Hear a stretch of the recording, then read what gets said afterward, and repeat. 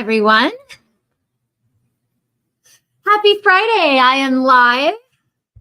It is May 17th, 2024. I am Dr. Pingle and so happy to be here this morning, going live on multiple platforms per usual. So I'm going to give all of you a moment just to kind of jump in, say hello, tell me the sound is working well. And then we're going to jump in because I want to open today a little bit about dementia and a little bit about cognitive decline. And then I will jump into questions, just general Q&A. So if you have some questions, you're welcome to start typing them in. I'll get to them in just a minute. If you're new here, introduce yourself. Where are you from? What do you want to learn about? For those of you that come back here every single week, welcome back and nice to see you. What's up? What's up to you too? I like it. Anyone over there on Facebook, YouTube, or LinkedIn, thank you, Naya. Good morning, Naya. I hope all of my technology is working well today. Has anyone else noticed that technology has just been on the fritz lately? So it used to be like it would happen one day and then it was fine. And my technology is just all over the place, but whatever, we'll work with it. So let's talk cognitive decline this morning. I want to talk to you about this because I was reading an article this morning and it was talking about the people that are called super agers, which are like the people in an older generation that are actually have the memory of 20-year-olds. They're just killing it, right? And it was trying to look at what's similar about them and what type of habits do they have. And therefore, can we attribute that to all of us as we're aging to try to keep us sharp and with it all the way till the end? For me, two of my grandmothers, I have three grandmothers, but that's another story. So two grandmothers passed at like 96, 97 years old. Both of them were very with it in the end. One of them ridiculously so. Like she was sharp, man, and she was on top of it. And I always thought, gosh, how did she do that? Because I look at so many other people that I've known throughout my life where, the memory issues start creeping in, they start to get worse, they're not quite as with it anymore. And I've always wondered, what is the difference really? So they've been doing a lot of studies on this, and it's come down to, collectively across all these studies, it's come down to some very key factors, right? One is physical activity. The people that have brain health for longer periods are definitely more physically active, okay? And because of that, they obviously have less hypertension, less blood sugar issues, okay? And obviously diet, well-nourished, blood sugar regulation and blood pressure regulation play huge roles in cognitive decline. I think we know that, but I want to talk a little bit about the other stuff that's going on, okay? So they said also the people that tend to have really good brain health also tend to be really into music. Whether they're musicians or they listen to music, but they're using the side of their creative brain a lot. And I think this is something that we really get stuck in and ties into the next layer of this, which is social activity.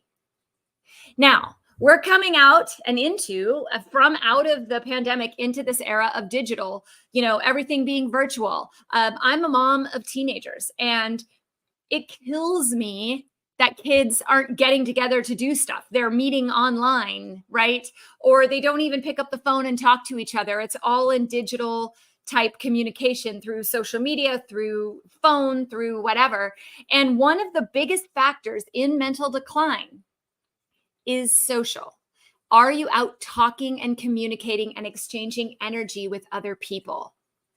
Now, I think, there's a lot of advancements in this digital world that we can take advantage of. I mean, obviously, me being able to come here virtually to talk with so many of you from all over is a blessing. But I also need to make sure that I'm getting out of the house, meeting with people physically, sitting next to them, hugging them, having a physical touch, having an exchange of energy, because that has been linked to mood and mental health and cognitive decline. So the happier we are, the more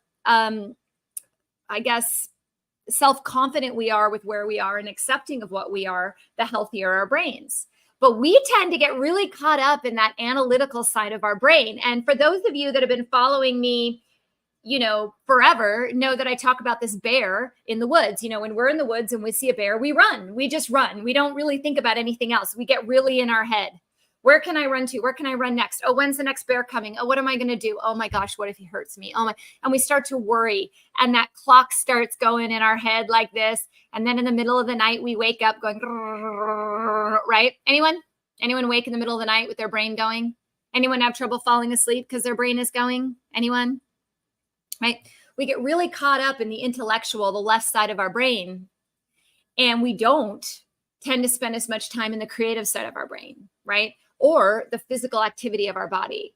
I don't know if any of you have done trackers on how often you're on your phone, or like how often you scroll social media, or how often you're on your butt, like in a chair, communicating with people rather than up and moving. But they are definitely, absolute, hands down, one of the number one questions I get is, how do I prevent dementia? My mom had dementia. My dad had dementia. We have Alzheimer's in the family. I don't know if it's genetic. I don't think it is, but how do I avoid it? What can I take? I get this all the time. What can I take to boost my brain health? Would any of you like to know what you can take to boost your brain health? Anyone? Give me some hearts, some hellos, something. Are you with me? Nobody wants to know? Nobody. Oh, that's funny. Am I slow? Is it like not going? Got one heart. You want to know? Yes. Okay. Thank you. Do you want to know what you can take to improve your brain health? Nothing. You can focus on you. You can do self-care, self-love, take time to do something creative, take a break to go hang out with a friend, call someone on the phone, do something for you, for your sanity, for your mental health, for your adrenal health. Take care of you. Give yourself nutritious food. Take a break from work to take a walk. Get physical. Talk to people. Interact with people. Get involved with clubs, right? Paint. Play music. Dance to music. That's what you can do. And guess what, guys? This doesn't cost anything. You don't have to buy a supplement for the rest of your life. You don't have to keep reordering it, right? What you have to do is commit to you. That's how you prevent cognitive decline. It is hands down in all of the studies. Those are the major things, right?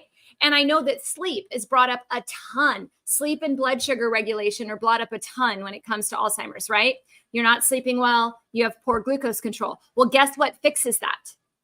Taking care of you, focusing on you, watching your stress response, saying no. Nope, I can't do that right now. It's my time to go for a walk, right? Nope, I'm not going to eat that Domino's pizza. I'm going to take a second and just make myself something else, right?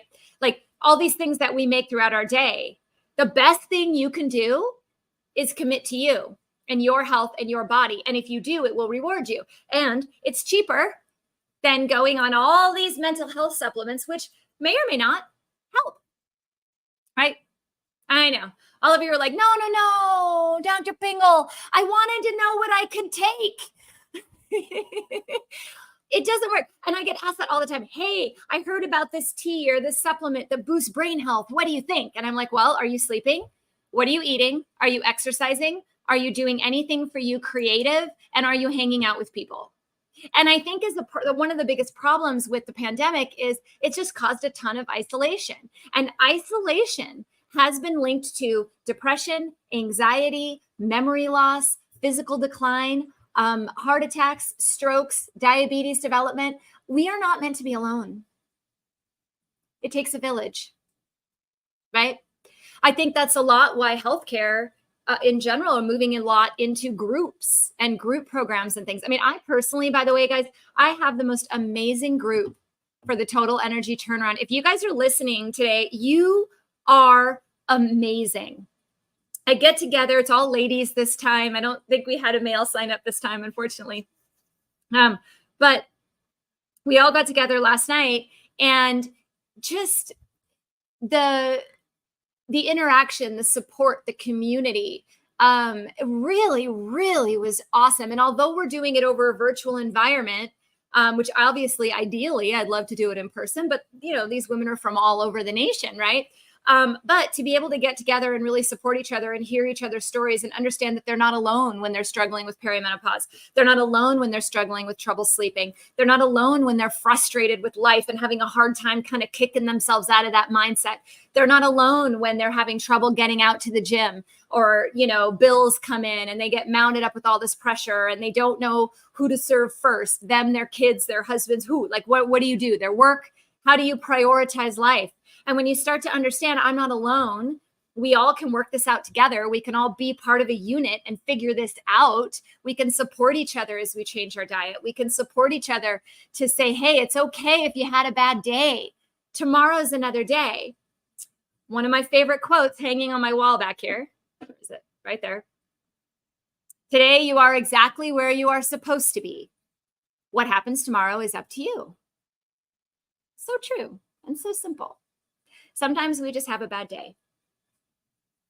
That's okay. Commit to you, commit to your brain, which runs your body. Also, if you relate this to a car, most of us, when the check engine light goes on, we take it in for a tune-up. But we don't always go and tune up our bodies. We don't always go in for a wellness check with our doctor. We wait until we're sick to go. We don't look at, when is the transmission going to start to cause a problem? What can I do now to prolong that? Or what are some small things I can do to minimize the cost of that? When I look at medicine, I look at medicine in that way. This is a maintenance thing. This is where is my health going? And how can I best optimize my health to not have such a huge bill in the end, right? And that bill is poor health, because poor health stops you from living your life, right? It stops you from dancing. It stops you from playing the guitar. It stops you from painting. It stops you from being social, right? Makes you immobile. As soon as you're immobile, it has been shown elderly, when they become immobile, their cognitive decline decreases dramatically. So we're meant to move. We're meant to be together. We're meant to talk. We're meant to have a community. So with that, before I dive into your questions, I just want to say thank you to all of you. You guys show up every week. We come together as people. And although I can't see your faces, which is the worst part of this live Q&A, because I'd much rather see all of you, thank you for communicating, throwing things out there, and helping us all come together. Because collectively, every Friday, we are improving our brain health together. Isn't that cool? Any questions on that, pop them in. I just kind of wanted to start with that because I think it's important to remember and reiterate how much control we actually have over dementia. We seem to think that we don't have control over it. It's just going to happen. It happened to my mom, so it's going to happen to me, that type of thing. And that's really not true. It's really not true. Absolutely not. So I hope you will take today and commit to yourself and your brain health and do something for your brain. I saw a question about a brain on, do I have any favorite brain games for cognition? Steve uses Lumia. That's cool. Lumia. I have not used that one. For me, I do a couple things for my brain health. One, I love to design. I love interior design. So anyone who knows me knows that when you come over, my house will look different than it did the last time you came over. I like to move things. I like to group things. I like to creatively imagine how could I make something better. I also have a habit of refinishing furniture. If I find old vintage furniture, I'll sand it down, I'll paint it, I'll make it into something new. That's something that I've always done. I work with my hands a lot. I like to build. I like to paint. I like to update things. And that's a way that I use my creative side of brain. It's a lot of fun for me. I actually, oddly, have a ton of fun organizing as well. If I can organize a closet and make it really pretty and aesthetic and put colors, I even sometimes a wallpaper inside my closet. Those types of things help keep my creative brain going. The other thing, as all of you know, is dance. I dance 3 hours a week. I love that because it's physical. It requires extreme focus but a focus on the parasympathetic relaxed side. So let me talk about that for a second. I do see questions. Keep throwing them in because I'm going to start knocking them out here in a second. But there is a difference when we say focus. There's a overstimulated focus and there's a relaxed focus. You guys know what I mean? Two different types of focus. So overstimulated would be like, okay, I got to get this done. Okay, I got to get this done. Okay, I'm going to do this. I'm going to get it. And it's like there's almost like an angst behind it. And you're not really that clear. Like you might be really having to force yourself to focus. Anyone force themselves to focus on things? Right? Really get in your head about it, right? That's one way to focus. The best way to focus is actually calmly and relaxed.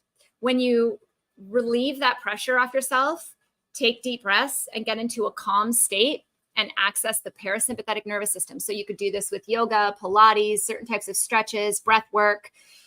When you're in that state, your focus is you're very relaxed, but your focus is the sharpest it will ever be.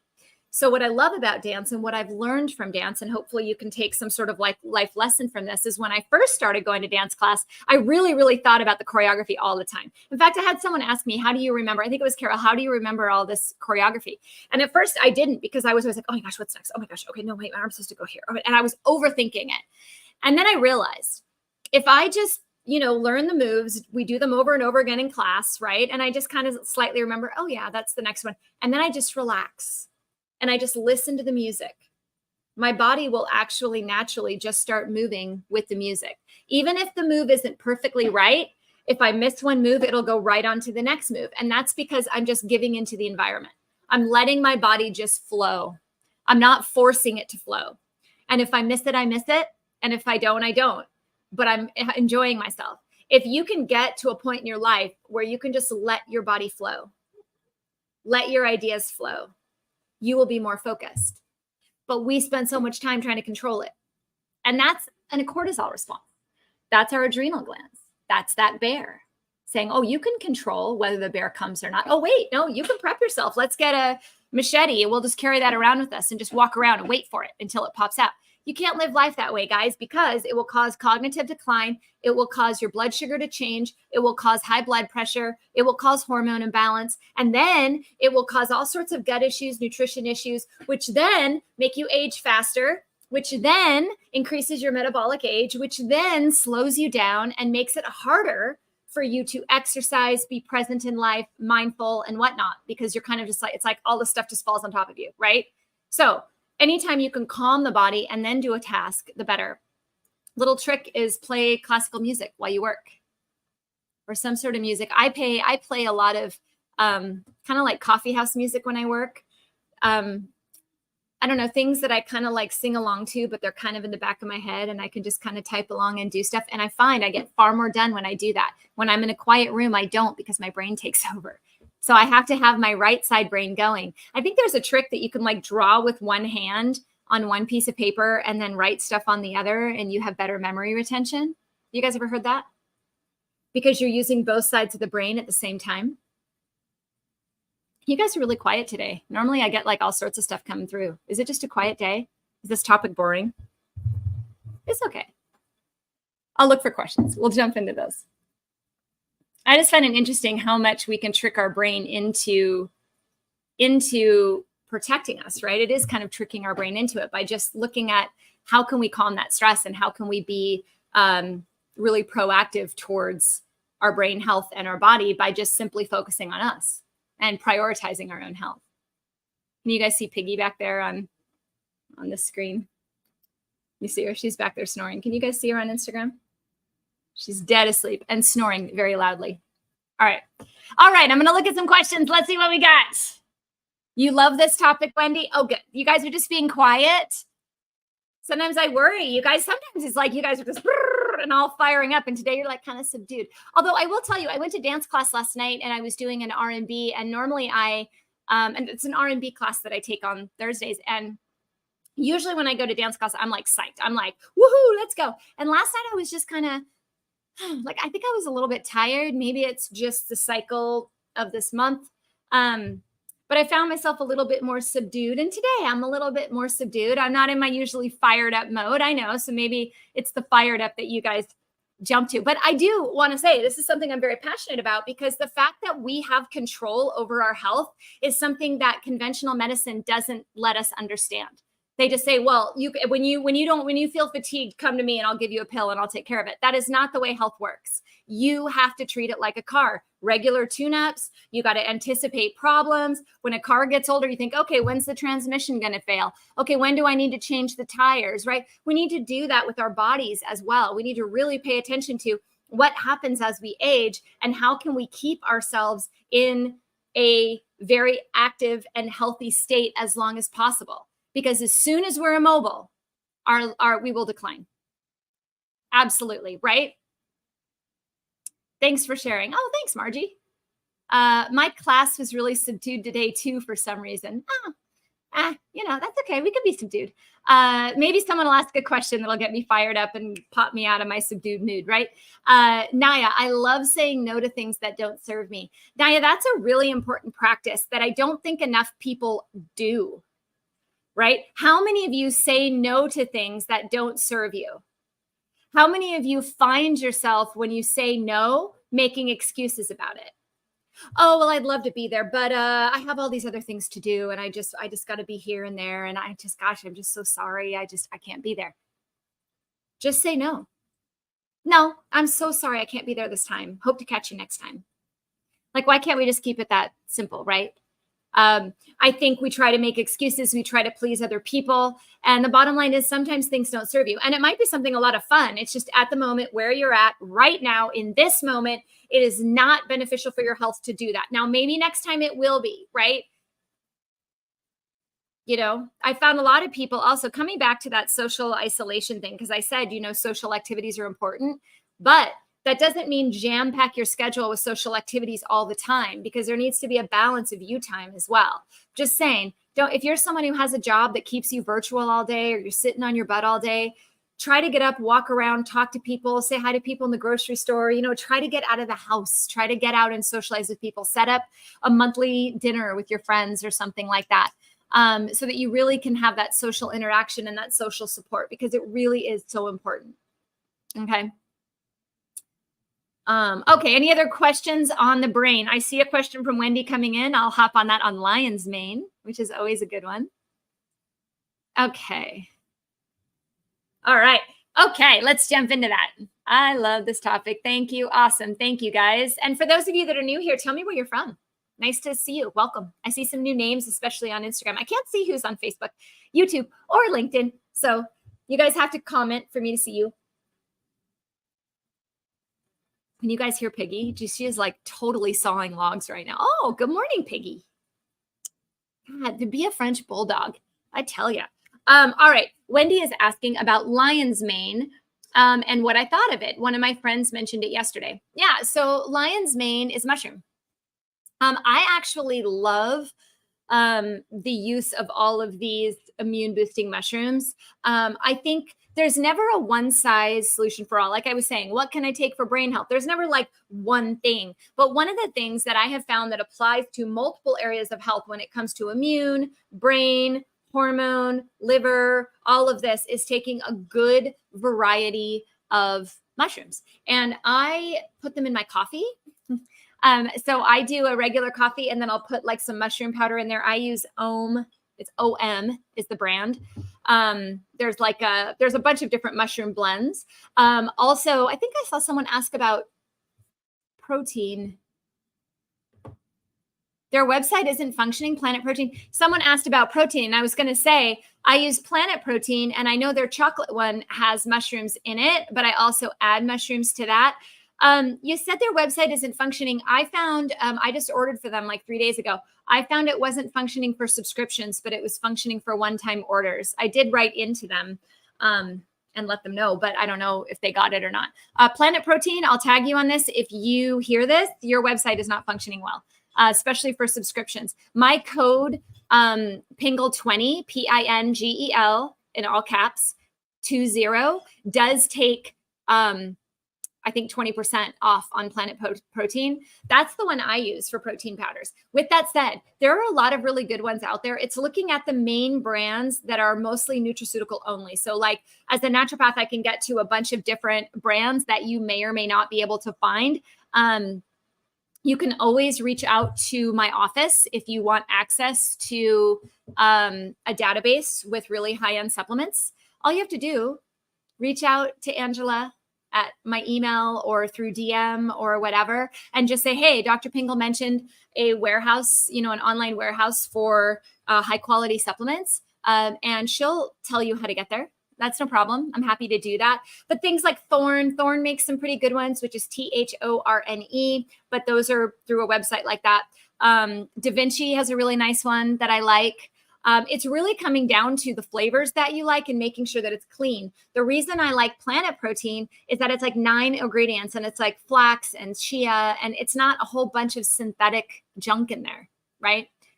Plus it's well sourced and organic, but they do run out of stock regularly because of that.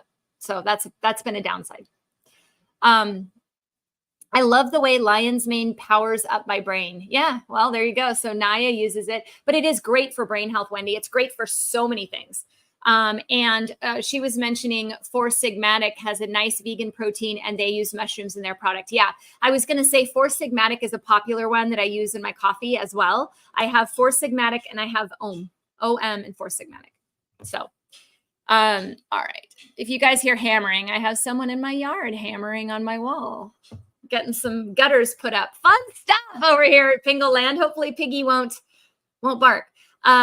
So yeah, so mushrooms are great. You guys are really quiet today. Can you give me some questions? What you got? Otherwise, I guess I could call it a day. I know I did kind of a long intro, but many of you have asked me those questions about brain health. So I think it's important to go over that. And I can talk more about that if you'd like. Anyone over there on YouTube today? Hey, if you guys have not followed me on YouTube, if you could do me a favor, head over there, subscribe to my channel, and watch some stuff. Could you do that for me? I'm trying to increase my watch hours and my presence there. And the more people watch it, the more I'm able to put more and more up. So do that for me if you're not already there. Did we mention a good brand for lion's mane? Yeah, and you can do lion's mane by itself, but I don't. I do it in combination. So Four Sigmatic was mentioned and OM, O-M. I'm pretty sure OM is everywhere and Four Sigmatic is everywhere. Do you think vitamin IVs are worth it?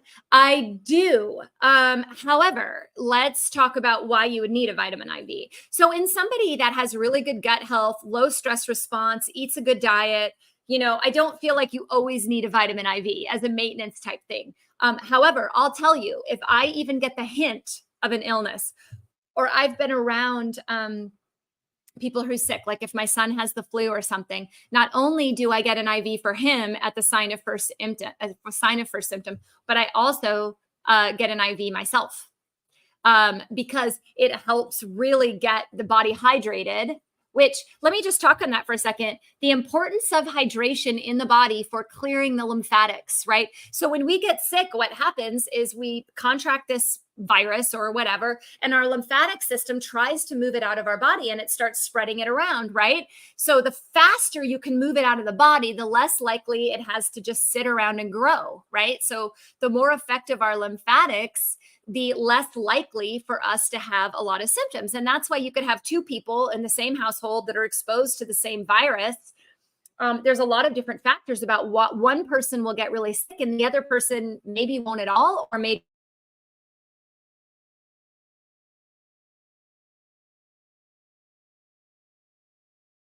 there we go.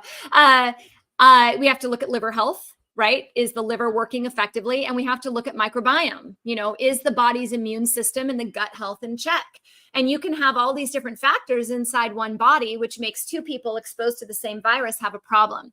So the one thing that nutritional IVs can do is they can help by really getting the nutrients as fast as possible to where they need to go to help with that immune response, help the lymphatics, and get things out. So if you're someone who tends to be sick a lot, or somebody that has a latent virus that lives in you, like Epstein-Barr, cytomegalovirus, or other types of herpes viruses, regular Myers cocktails can be a lot more beneficial just to get the immune system back up to nutrition, number one. But I'm going to add the caveat that we still have to ask the question, why are we getting sick in the first place so much, right?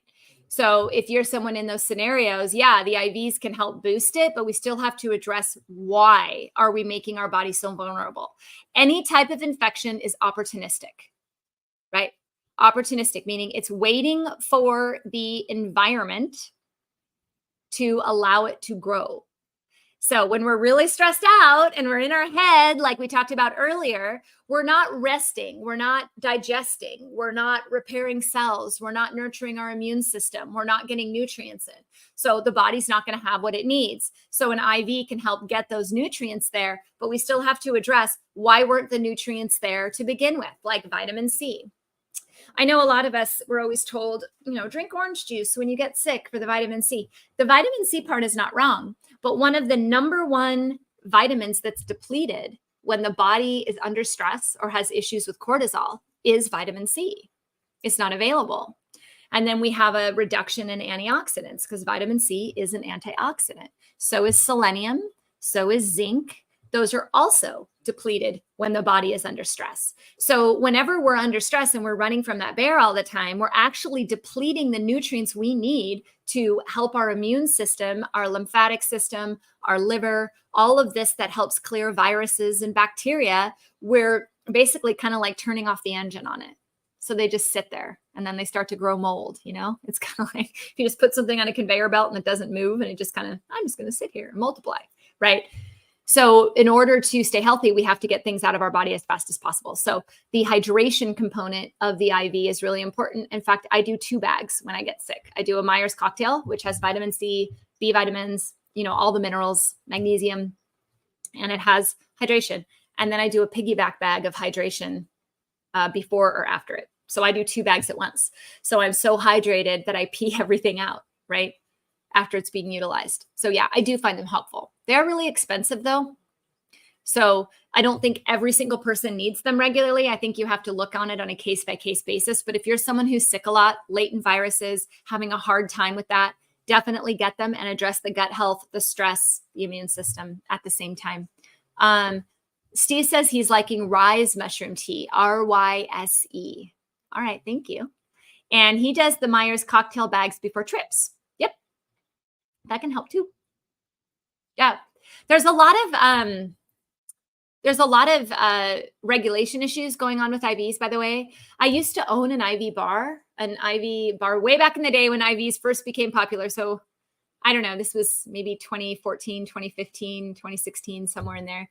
A good friend and I opened an IV bar because our IV business, we were having so many people call wanting IVs. And right around that time, the mobile IV market started picking up and people would go to your house and whatever. And then they started putting all these restrictions on it. So definitely vet out the company that's doing it. If you can do it in a doctor's office, if you have a doctor that offers it, that's always even better.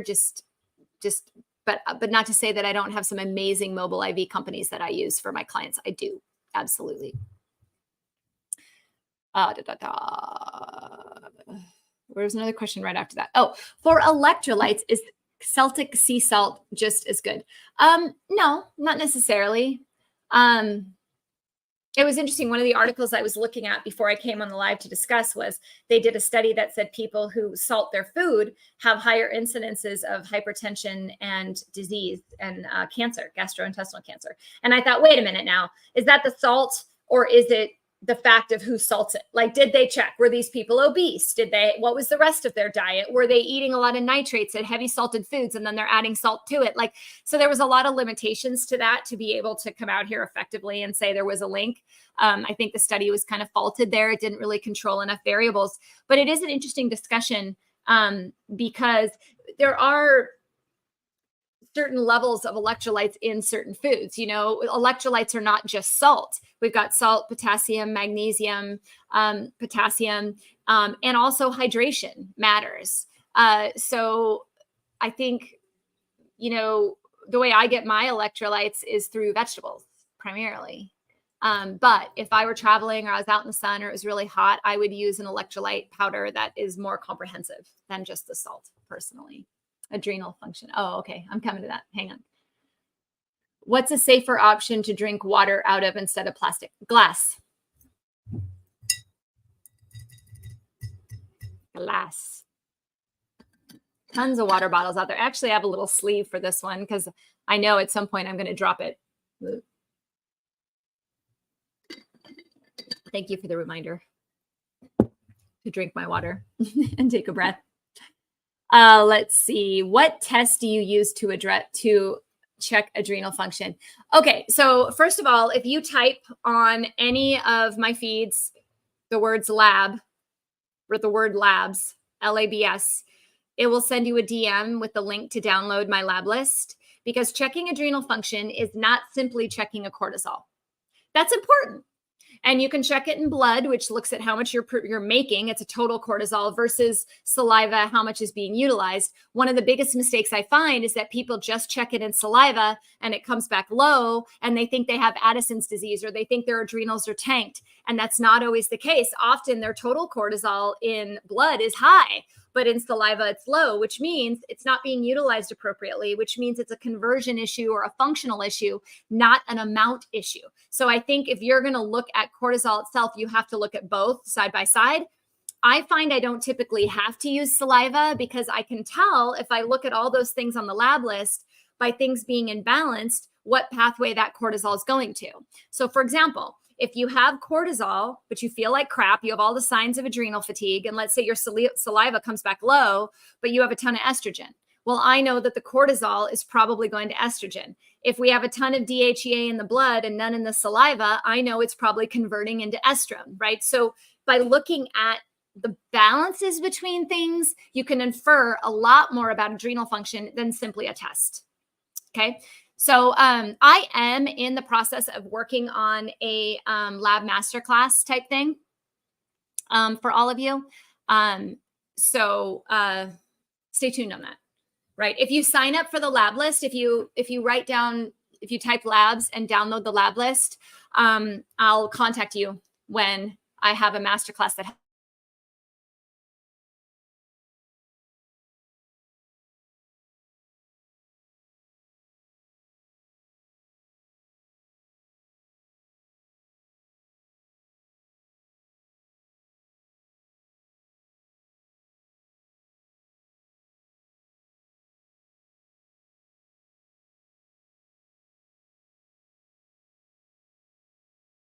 I have lost. Oh, there we go. Hi, YouTube, Facebook, and LinkedIn. Sorry, I lost you for a second. Instagram is patient. So I'm going to move on,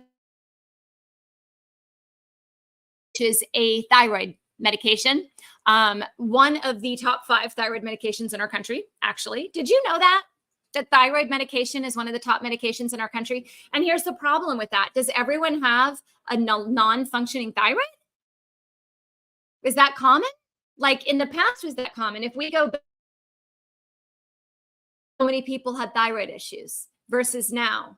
I think that's a function of 2 things. Number one, I think it's stress, because our adrenals and our thyroid go hand in hand. Adrenals, thyroid, blood sugar, and sex hormones, they all play with each other, right? I think number 1. Number 2, nutritional deficiencies, because we're not getting the minerals that we want. So number 3, gut health, which could tie back into the stress, right? And I think toxins in our environment. And we're looking at all these things that are going into our body, and all of a sudden our thyroids aren't working well. And often we are producing enough thyroid, but we're just not utilizing it well. Very similar to what I was just talking about with the cortisol levels, right? We're making it, but maybe we're not utilizing it, right? And then you go to your doctor and you're like, doc, I don't feel great. And they're like, oh, but your labs are great. And it's like, are they? Are they really? Like, are they checking enough to be able to, with 100% confidence, say, this is the thyroid problem or this isn't a thyroid problem? I have had more patients than not come to me and say, I have a thyroid problem, and they don't. They've been told they do, and they were put on medication. And I'm coming to your question, Carol, and they were put on medication, but it's not doing anything. They're not feeling any better. Their numbers aren't changing. It's kind of like, I don't understand, right? It's not a thyroid problem. I've had other people come to me that say that they've been told their thyroids are completely normal, and it is a thyroid problem. So you have to look at the whole thing. So levothyroxine is T4. That's what it is. We have 3 different thyroid hormones typically. Okay. We have free T4, T3, and reverse T3. Okay. TSH is a signal from the brain. It's not a thyroid hormone. It's a thyroid signaling hormone. Okay. So it comes from the brain, goes to the thyroid. Thyroid makes T4. T4 goes out into the body. It doesn't do anything. It just goes out into the body. And in all the peripheral tissues, it's converted into T3 or reverse T3. So when you ask, is it reasonable after 32 years to get off T4? Yes, if The problem is not the T4. So a lot of the times the T4 is fine, or it's like low end normal, but the TSH is high because the T3 is low. So they put you on thyroid because the TSH is high, but not because you have like low T4. So I think at this point, what you have to look at is, first of all, is the T4 serving you well? Are you actually converting it into T3? If you're not, and it's going to reverse T3, you could potentially, and actually almost absolutely will, feel worse on the T4, which means when you take it away, you actually feel better. So is it possible? Yes. Does it take thorough investigation of the entire endocrine system and a doctor to manage that? Yes. Right. But not something that's unheard of. I actually have 2 clients right now that we have completely like backed off T4 completely. And their TSH is all over the place, but they feel fantastic because it's still trying to level itself out. But their levels, their T4 and their T3 are fine, but their TSH is way high, like hundreds, right? But their T4 in range, their T3 higher than it was on thyroid. So sometimes you just have to say, okay, this isn't a numbers thing with TSH. This is a, how do I feel? And what are the actual numbers showing up in T4 and T3 and reverse T3? That's really what I go by. I will say many things can cause the TSH to go up, cortisol being one of them. Cortisol likes to turn things into reverse T3. It's kind of like a storage. It's like, let's put a little extra fat around her abdomen right now. Give her a little bit of estrogen. Give her heavy periods. Or for men, prostate issues. Estrogen in men, estrogen dominance in men will show up in the prostate most likely, and in the testosterone dropping. And in women, it will show up in a lot of heavy periods and snappiness and, weight gain and things like that. No fun. No fun, no fun. Which is why you can't just give testosterone to men, by the way, without knowing what their estrogens are. Does that make sense? So yes, it is realistic, Carol, but find someone to help you with it. Okay. All right. Well, you guys were way quiet today. I don't know what's going on, but that's okay. I'll be back next week. So next week is my birthday weekend. So I will be turning 48 proudly. And, that's cool. I'll take it. I think aging gracefully and taking some time for myself is a good thing. But I think I used to be scared. I think when I turned 40, I was like, oh my God, this is horrible. And now I'm like, you know what? I'm okay. I'll be all right. So 48 is on the horizon. That's next week. So I want you guys to have a great week. I want you to take what we took at the beginning of this live today and really put it into action. What can you do for yourself that accesses the creative brain, that allows you to connect to other people so you can reconnect with yourself? My mission is to reconnect you with yourself and others, because we have lost that and we are continuing to lose it. And our health is declining because of it. Remember the importance of connection. Okay? Okay. And next week, maybe we won't be all subdued, right? If you are new here, come on back next week, same time. Bring your questions. Excited to have you here. And for all of you that show up here every single week, thank you so much. Please share, like, tag. You can put labs on the comments if you want to get a lab list. Go over to YouTube if you have a moment. Subscribe to my channel. Watch a few things. Get me some watch hours over there if you don't mind. For those of you that are so supportive, I really appreciate it. Have a fantastic day. Be well. And I'll see you next week.